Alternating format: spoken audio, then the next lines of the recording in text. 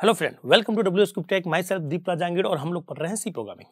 Friends, previous video में हमने ये देखा था कि हमारे पास सी के बनाने के क्या क्या रूल होते हैं। इसका मतलब है कि अगर वो रूल आप लोग याद कर लें, टोटल 10 रूल है, तो उसकी बेसिस पर आप लोग कोई भी प्रोग्राम आसानी से बना सकते हैं। आपको कोई भी प्रोग्राम याद करने की जरूरत नहीं रहेगी फ्रेंड्स, और ना ही इसमें ज़्यादा एरर आने के चांसेस रहेंगे। तो सी का जो प्रोग्राम है, चाहे एक लाइन का हो चाहे 1 लाख लाइन का हो, उसको जो बनाने का तरीका होता है फ्रेंड, वो हमने लास्ट लेक्चर में डिस्कस किया था। तो वहाँ पर हमने काफ़ी रूल पढ़े थे। ओके, और जो मैं आपको एक चीज़ बता देता हूँ फ्रेंड, कि जैसे-जैसे हम लोग कंपाइलर को चेंज करते हैं, मतलब आप लोग अगर बिगिनर है और आपको टर्बो सी प्लस प्लस सिखाया जा रहा है, उस पर आप लोग काम कर रहे हैं कंपाइलर पर, और जैसे ही आप किसी दूसरे कंपाइलर पर आएँगे, तो सी के कोड में कुछ चेंजेस पॉसिबल है। ठीक है? क्योंकि जो आप लोग सीखते हैं, स्पेशली मैं उन लोगों के लिए कहूँगा जो कि टर्बो सी प्लस प्लस पे काम करते हैं, तो वो जो सी का वर्ज़न है, वो बहुत ही पुराना है। उसके बाद फ्रेंड हमारे पास बहुत से नए सी के वर्ज़न्स मार्केट में आ गए हैं, नए अपडेट हुए हैं, नए सिंटैक्स आए हैं। तो वो जो नए सिंटैक्स आए हैं, वो पुराने वाले पे चलेंगे नहीं, और जो पुराने वाले जो सिंटैक्स थे, हो सकता है वो भी नए वाले पर ना चले। ठीक है? तो एक सबसे बड़ा जो डिफरेंस है, वो है कि जब आप लोग टर्बो में काम करते हैं, तो आप लोग जनरली लिखते हैं वॉइड मेन। ओके? और जैसे आप अगर लेटेस्ट वाले कंपाइलर पे काम करेंगे, जो भी मार्केट में अवेलेबल है, इंडस्ट्री लेवल पे अवेलेबल है, उसमें जब हम लोग लिखते हैं इंट मेन। तो ये बड़ी कन्फ्यूजिंग की बात रहती है कि हम लोग पहले वॉइड मेन लेते थे 1992 के अंदर, जब हमारे पास में टर्बो सी प्लस प्लस आया था, और अभी हम लोग इंटीजर मेन ले रहे हैं। तो इन दोनों में फ़र्क क्या है? और ये सबसे इम्पोर्टेंट क्वेश्चन हो जाता है। अगर मैं बात करूँ इंटरव्यू की पॉइंट ऑफ व्यू से, या फिर एक कॉलेज के इंटरव्यू या वाइवा में, ये सबसे ज़्यादा पूछा जाने वाला क्वेश्चन है कि आखिर मेन को इंट क्यों रखा गया अभी इन दिनों? लेटेस्ट वर्जन में ऐसा क्या हो गया है, क्या चेंजेस आए हैं जिस वजह से मेन को इंट लिखा जाता है, जबकि पुराने वर्जन में वॉइड लिखा जाता है? और इंट लिखने में हमारे प्रोग्राम में क्या इफेक्ट आते हैं? तो आज इसी वीडियो पर हम लोग बात करेंगे। बहुत अच्छा टॉपिक होने वाला है फ्रेंड्स। चलिए शुरुआत करते हैं इस वीडियो की। तो हम बात कर रहे हैं कि जो प्रीवियस हमारे पास में जो वर्जन अवेलेबल थे, जो ओल्ड वर्जन कह सकता हूँ मैं सी के, उसमें हम लोग प्रोग्राम को कुछ इस तरह से बनाते थे कि हमारे पास हर प्रोग्राम के अंदर, ठीक है, सी के अंदर हर प्रोग्राम, कोई भी प्रोग्राम हो छोटा या बड़ा, आपके पास पूरा प्रोग्राम फंक्शन से बनेगा, और एटलीस्ट एक फंक्शन तो आपको लेना पड़ेगा जिसका नाम रहेगा मेन। तो मैं अभी एक यहाँ आपको प्रोग्राम बताता हूँ कि ओल्ड स्टाइल में हम लोग प्रोग्राम कैसे लिखते थे, ओल्ड स्टाइल, और यहाँ पर हम लोग कंपैरिजन की बात करेंगे कि जो न्यू स्टाइल है सी प्रोग्राम बनाने की, उसमें क्या चेंजेस हुए। ठीक है? तो फ्रेंड, अगर मैं टर्बो की बात करूँ, आप समझ लीजिएगा कि ये जो ओल्ड स्टाइल है, जनरली हम लोग कहाँ यूज करते थे? Turbo C plus plus compiler पर। ओके, ये जो कंपाइलर है वो सी और सीपीपी दोनों को सपोर्ट करता है फ्रेंड, और जो कि आपको स्कूल या कॉलेज में पढ़ाया जाता है। और हम जो नए कंपाइलर की बात कर रहे हैं, वो कोई भी आप लेटेस्ट ले लीजिए, चाहे विजुअल स्टूडियो हो, चाहे वो डेव सी प्लस प्लस हो, चाहे वो कोड ब्लॉक हो। ओके, तो मैं यहाँ पर कोड ब्लॉक का एग्जाम्पल लेना चाहूंगा फ्रेंड। ठीक है, चलिए अब देखते हैं कि टर्बो सी प्लस प्लस में जो प्रोग्राम का जो आर्किटेक्चर होता है, उसमें हम लोग जनरली क्या लेते हैं? वॉइड मेन लेते हैं। ठीक है, तो फ्रेंड ये रहा मेरा वॉइड मेन। ओके, ये था हमारा सी में प्रोग्राम बनाने का तरीका ओल्ड स्टाइल में। ठीक है, और अगर हम लोग नए स्टाइल की बात करें, तो हमें आजकल जो हम लोग लेते हैं, वो इस तरह से ले जाता है, इंटीजर मेन। तो आप देख रहे हैं कि क्या इफेक्ट आता है, कि आखिर हमने ऐसा क्या किया है नई वाली सी के अंदर कि हमें इंट लिखना पड़ता है, और इंट लिखने के बाद में हमें क्या करना पड़ेगा कि हमें यहाँ पर लिखना पड़ेगा रिटर्न। क्या लिखना पड़ेगा? रिटर्न। और हम लोग जनरली लिखते हैं जीरो। तो सर, रिटर्न जीरो किसको हो रहा है, क्यों हो रहा है, और इन दोनों में क्या फर्क है, और which one is the best? Okay, तो पहले हम लोग इसकी बात कर लेते हैं, और इसके भी हम लोग समझ लेते हैं कि इसके आखिर इससे हम लोग यहाँ पर क्यों आए। इसके लिए हमें थोड़ा सा ये समझना पड़ेगा फ्रेंड, कि हमारे पास में जो सी है, उसका छोटा सा कॉन्सेप्ट यहाँ पर काम आएगा। उसका नाम है फंक्शन कॉलिंग वाला और रिटर्न वाला। तो उस पहले उस कॉन्सेप्ट को हम लोग देखेंगे, फिर हम लोग बात करेंगे कि आखिर ये स्टाइल क्यों है। ठीक है, चलिए, तो मैं अभी इस डिफरेंस को आपने जो देखा है, उसका रीजन मैं आपको बताने वाला हूँ।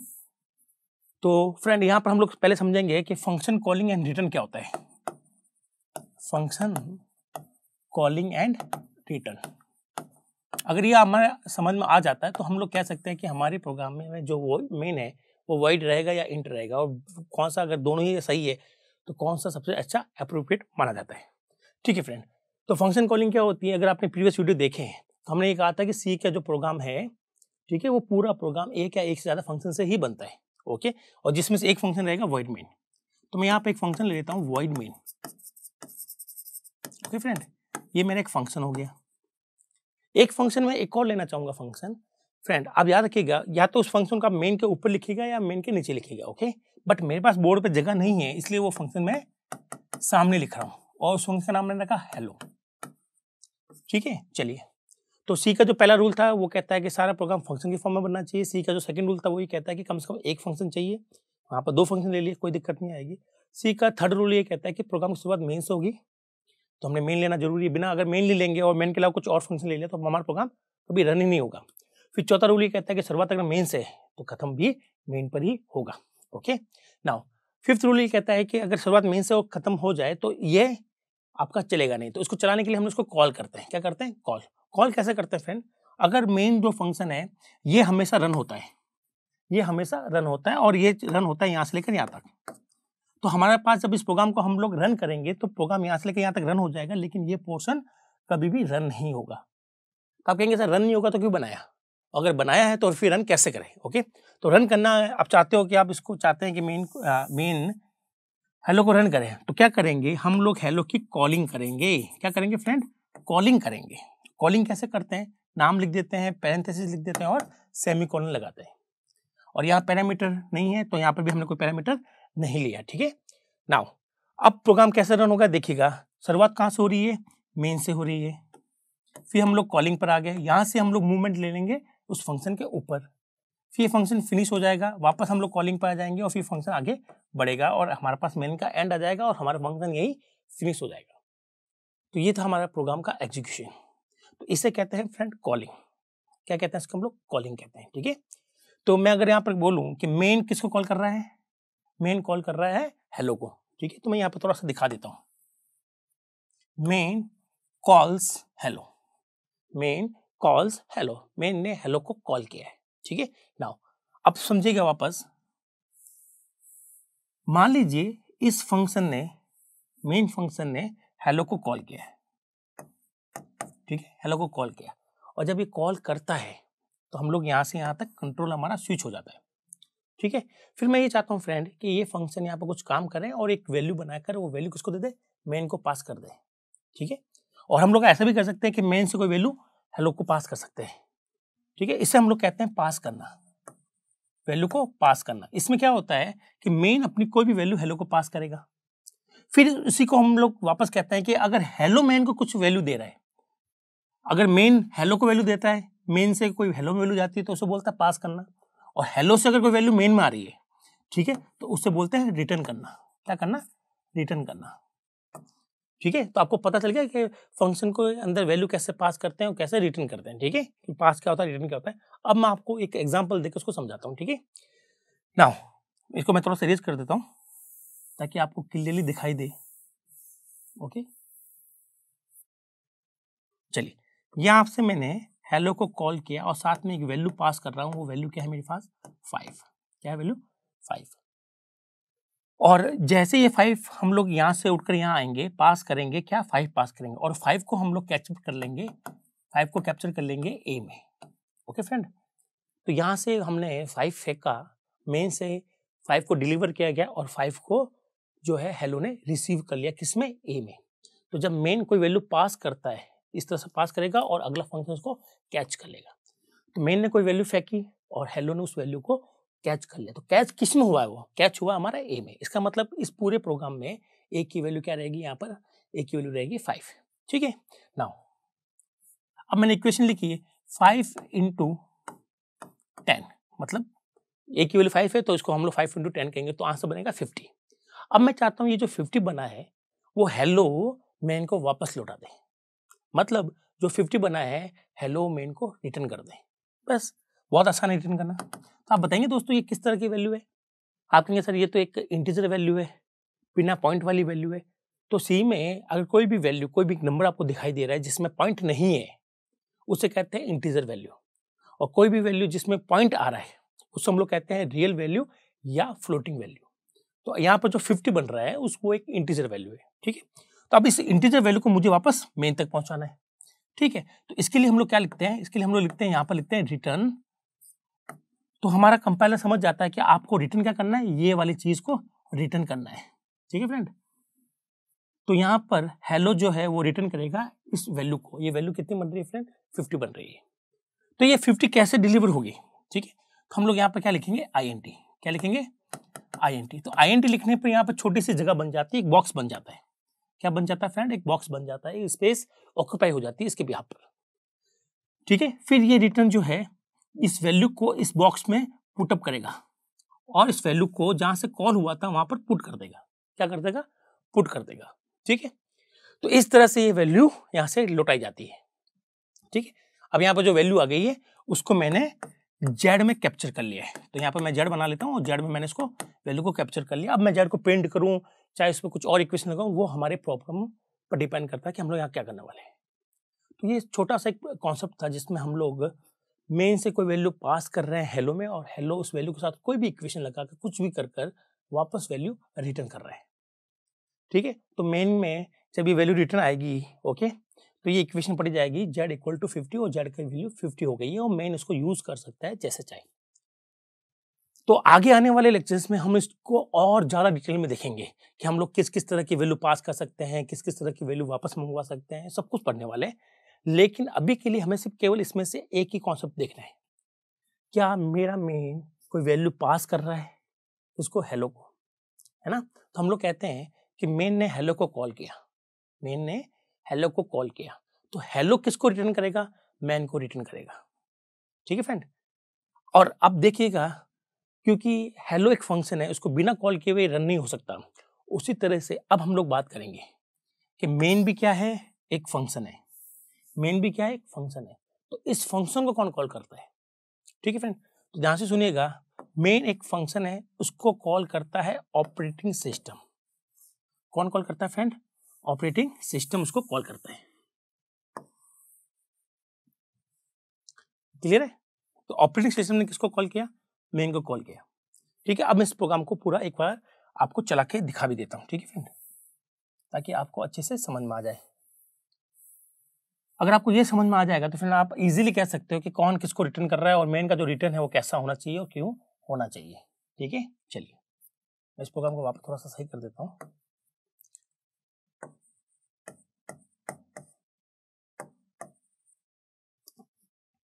ठीक है,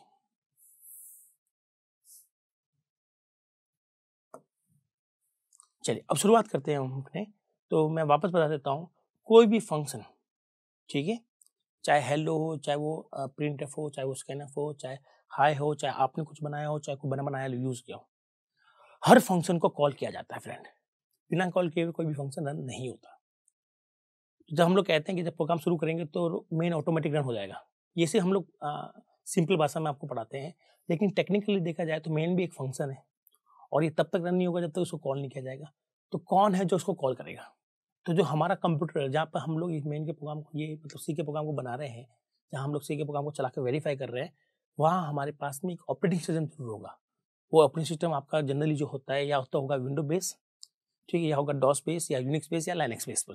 तो जो भी ऑपरेटिंग सिस्टम आप लोग यूज करते हैं आपके सिस्टम में, वो फिर मेन को रन करता है। और जब मेन रन हो जाता है फिर मेन हेलो को रन कर रहा है। तो यही आर्किटेक्चर इस प्रोग्राम में समझ में हमें आता है। चलिए एक बार इसको करके देखते हैं। तो जैसे हम लोग प्रोग्राम को रन करते हैं, सबसे पहले ऑपरेटिंग सिस्टम मेन को कॉल करता है। क्या करता है, मेन को कॉल करता है। अब मेन चलना शुरू हो जाएगा, ठीक है। तो हम कहते हैं हमेशा कि ये ऑपरेटिंग सिस्टम हमेशा कॉल करेगा, ये फिक्स रूल है, ठीक है। अब मेन हेलो को कॉल करे ना करे इससे कोई इफेक्ट नहीं है, लेकिन ऑपरेटिंग सिस्टम हमेशा मेन को कॉल करेगा, ये बात बिल्कुल फिक्स है, इसको हम लोग चेंज नहीं कर सकते। तो ये कॉलिंग तो होनी है। फिर शुरुआत मेन से हो गई, फिर हमने यहाँ पे एक जेड बनाया, ठीक है फ्रेंड।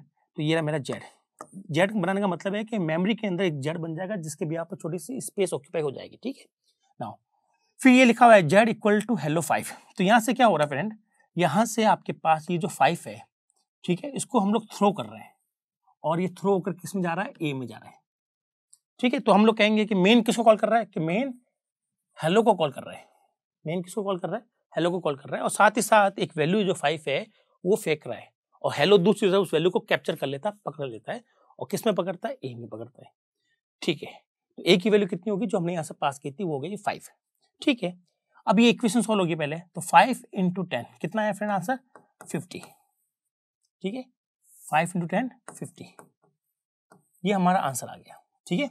नाउ फिर हमने इसका आगे लिख दिया रिटर्न करो। इसका मतलब ये जो वैल्यू हमने लिखी है उसको हमें लौटाना है। किसको लौटाएंगे? जिसने हेलो को कॉल किया वो उसको लौटा देगा, और हेलो को कॉल किसने किया? मेन ने किया, तो ये मेन को 50 लौटा देगा। कैसे लौटाता है? उसके लिए हमें यहाँ से वॉइड हटाना पड़ेगा और इंट लिखना पड़ेगा। इंट क्यों लिखते हैं? कि इंट लिखने पर हमें छोटी सी स्पेस मिल जाए। क्या मिल जाए फ्रेंड? स्पेस मिल जाए। ठीक है, ये हमें स्पेस मिल गई।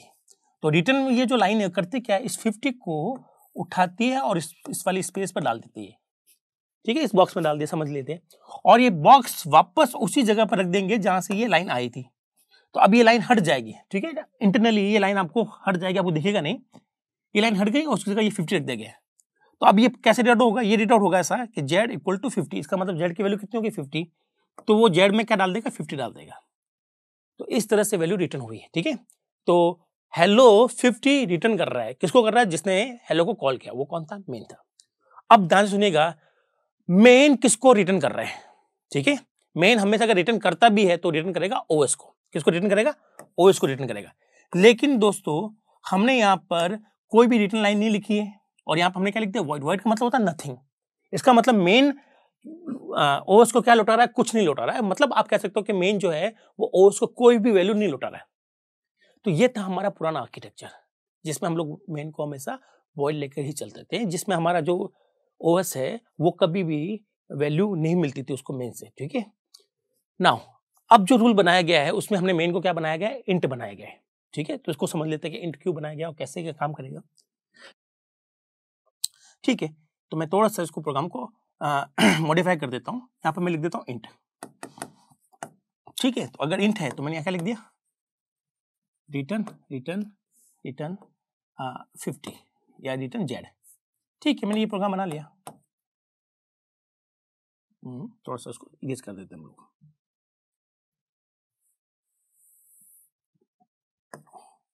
ठीक है फ्रेंड, हेलो, ये हमारी हो गई रिटर्न z। ठीक है, चलिए इस प्रोग्राम को दोबारा देखते हैं हम लोग। सबसे पहले ऑपरेटिंग सिस्टम जो कि हमारे कंप्यूटर में हमेशा रन होता ही रहता है, वो उसकी चलने की बात हो रही है।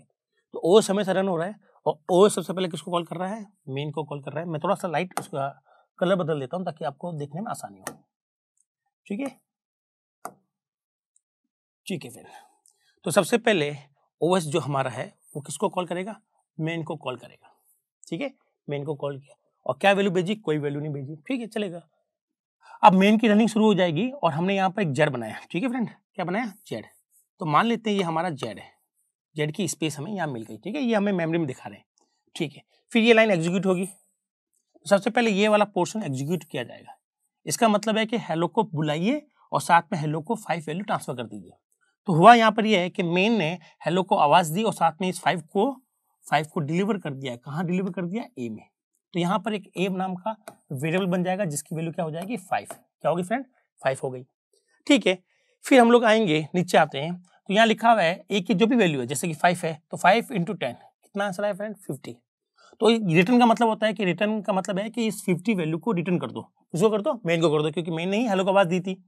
ठीक है, तो ये जो 50 होगा उसका आगे हमने लिखा रिटर्न। ये रिटर्न स्टेटमेंट करता क्या है? तो उसके लिए हमें जिस तरह की वैल्यू है उस तरह का यहाँ पर स्पेस लेनी पड़ती है। ठीक है, तो अगर मेरे पास यहाँ पर कोई पॉइंट वाली वैल्यू बन रही है जिसको हम लोग कहते हैं फ्लोट वैल्यू, तो आपको यहाँ पर फ्लोट लिखना पड़ेगा। अगर आपके पास यहाँ पर कोई कैरेक्टर वैल्यू बन रही है, ठीक है, तो आपको क्या लिखना पड़ेगा? CHAR कैर। और अगर आपके पास यहाँ पर कोई स्ट्रिंग वगैरह बन रहा है तो आपको कोई पॉइंटर वॉइंटर लिखने पड़ते हैं। तो अभी मेरे पास यहाँ जो वैल्यू बन रही है फ्रेंड, वो एक इंटीजर वैल्यू बन रही है और मुझे इंटीजर को लौटाना है। मतलब हेलो की जिम्मेदारी है कि वो जो इंटीजर है उसको लौटा दे किसको? जिसने भी कॉल किया। और कॉल किसने किया? मेन ने कॉल किया। तो इसीलिए हमने क्या लिखा है यहाँ पर? इंट। इंट लिखने पर होता क्या है? इंट लिखने पर हमारा जो कंपाइलर है वो एक छोटी सी स्पेस ऑक्यूपाई कर लेता है और रिटर्न क्या करेगा? रिटर्न इस वैल्यू को इसमें पुटअप कर देगा, इसमें फिल कर देगा। फिर इस स्पेस में जो भी वैल्यू है इसको यहाँ पर वापस डिलीवर कर देगा मेन को। ठीक है, तो अब ये जो लाइन आप देख रहे हैं ये लाइन अब हट जाएगी। ठीक है, आपको दिखेगी नहीं, बिहाइंड द स्क्रीन ये लाइन हट जाएगी और यहाँ पर क्या आ जाएगा? 50। क्या आ जाएगा फ्रेंड? 50। फिर इस पूरी लाइन को पढ़ा जाएगा z इक्वल टू 50। इसका मतलब z की वैल्यू कितनी हो गई? 50 हो गई है। नाउ फिर आपने लिख दिया रिटर्न। क्या लिख दिया आपने? रिटर्न।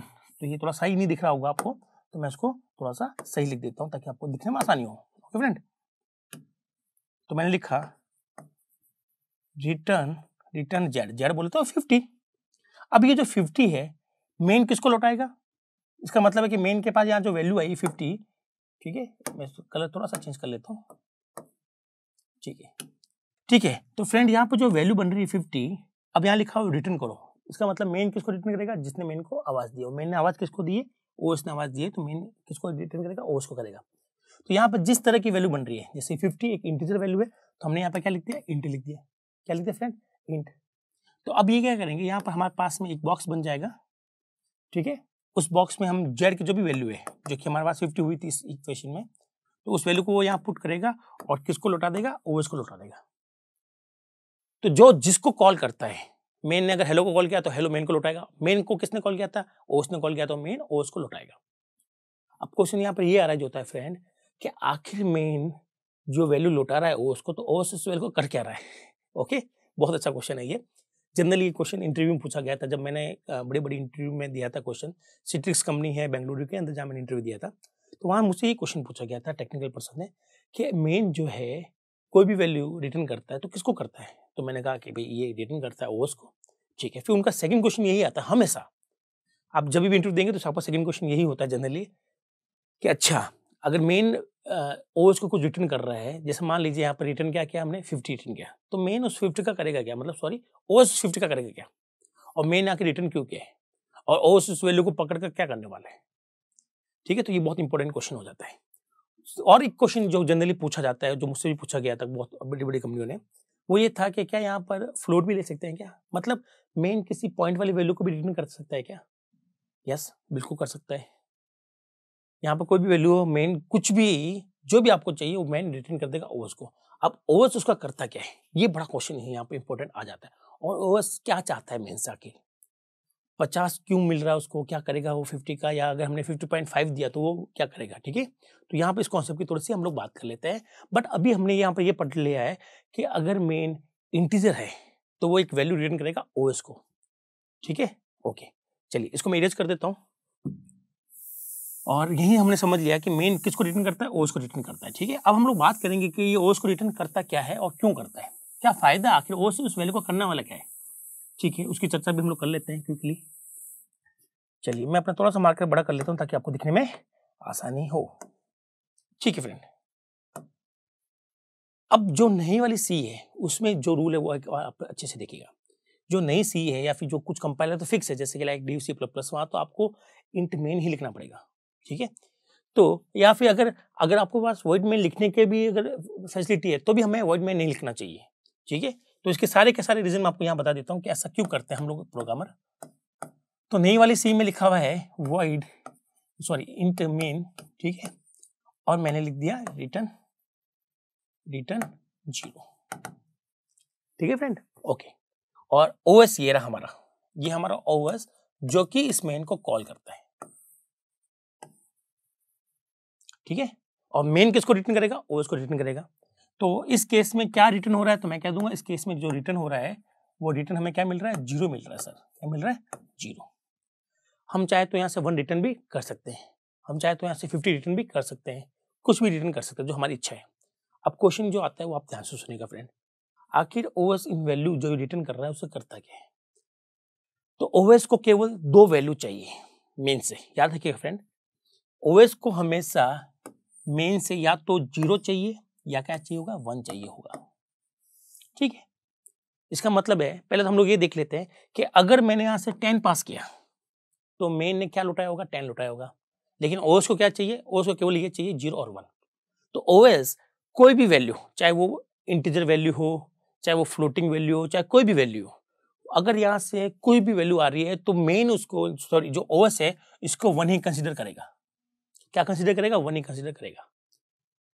अगर आपने यहां से 0 लौटाया, क्या लौटाया, 0 लौटाया, तो फिर यह है कि ओएस उसको 0 को 0 ही ट्रीट करता है। 0 के अलावा अगर आपने मेन से कुछ भी लौटा दिया हो, दोस्तों कुछ भी मतलब कुछ भी हो सकता है, ठीक है। अगर मेन ने ओएस को कुछ भी दे दिया हो, 5, 5.5, -5, 10, -10, कुछ भी दे दीजिए आप ओएस को, ओएस उसको कन्वर्ट कर देगा 1 में, सिवाय 0 के, ठीक है। 0 के अलावा आप जो भी देंगे वो उसको 1 बना लेगा, और 0 देंगे तो उसको 0 की तरह एक्सेप्ट कर लेगा। तो आप यहाँ से कुछ भी वैल्यू दे सकते हैं, 0 दे सकते हैं, 1 दे सकते हैं, 10 दे सकते हैं, पर ओएस उसको अल्टीमेटली किसमें कन्वर्ट करेगा, 0 या 1 में कन्वर्ट करेगा। तो सारी वैल्यूज कन्वर्ट हो जाएगी 1 में, और केवल 0 ही है जिसको as it is OS accept कर लेता है, 0 को 0 के ही फॉर्म में एक्सेप्ट करते हैं, बाकी हर चीज को वो कन्वर्ट करके 1 की फॉर्म में एक्सेप्ट करेगा। ठीक है फ्रेंड, अब आप कहेंगे सर ऐसा क्यों करता है ओएस, ओएस को आखिर 1 और 0 लेने से क्या फायदा। ठीक है, तो उसी चीज में हम लोग देख लेते हैं, क्योंकि हमें यहाँ पर कुछ भी भेजे दोस्तों, चाहे मैं 10 भेजू चाहे 5 भेजू, अल्टीमेटली वो 1 बनने वाला है, तो हम लोग क्यों ना इसको यहाँ से 1 ही भेज दें, है ना। या तो 1 भेजेंगे या तो क्या भेजेंगे 0। ये हमारे पास 2 ऑप्शन होते हैं दोस्तों, यहाँ पर क्या होते हैं 2 ऑप्शन है, तो मैं यहाँ पर लिख देता हूँ, या तो हम लोग यहाँ पर 1 भेजेंगे या क्या भेजेंगे 0 भेजेंगे। इसके अलावा कुछ भी भेज दीजिए, अल्टीमेटली ओएस उसको 0 1 बनाने वाला है, तो क्यों ना हम लोग यहाँ से 0 1 ही भेजे ना, क्या करेंगे ओएस फालतू उस चीज को कन्वर्ट करेगा 1 0 बनाएगा, इससे अच्छा कि हमें यहाँ से 0 1 भेजते हैं। तो अब यहाँ पर क्वेश्चन ये खड़ा होता है कि मेन ओएस को क्या क्या वैल्यू रिटर्न करता है, 2 वैल्यू रिटर्न करता है, 0 या 1। ठीक है फ्रेंड, अब आप देखेंगे कि ओएस को जो 0 मिलता है 1 मिलता है, तो उसका ओएस करता क्या है।